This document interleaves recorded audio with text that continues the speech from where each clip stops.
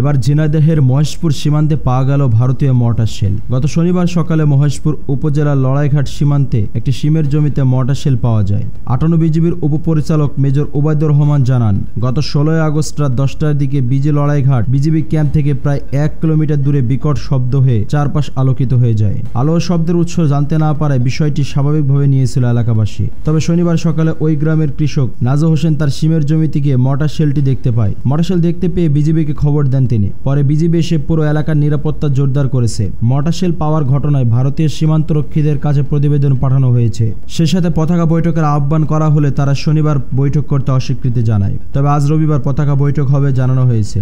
Defence update world চ্যানেলটি subscribe করতে ভুলবেন না। ভিডিওটি সম্পূর্ণ দেখার জন্য অসংখ্য ধন্যবাদ।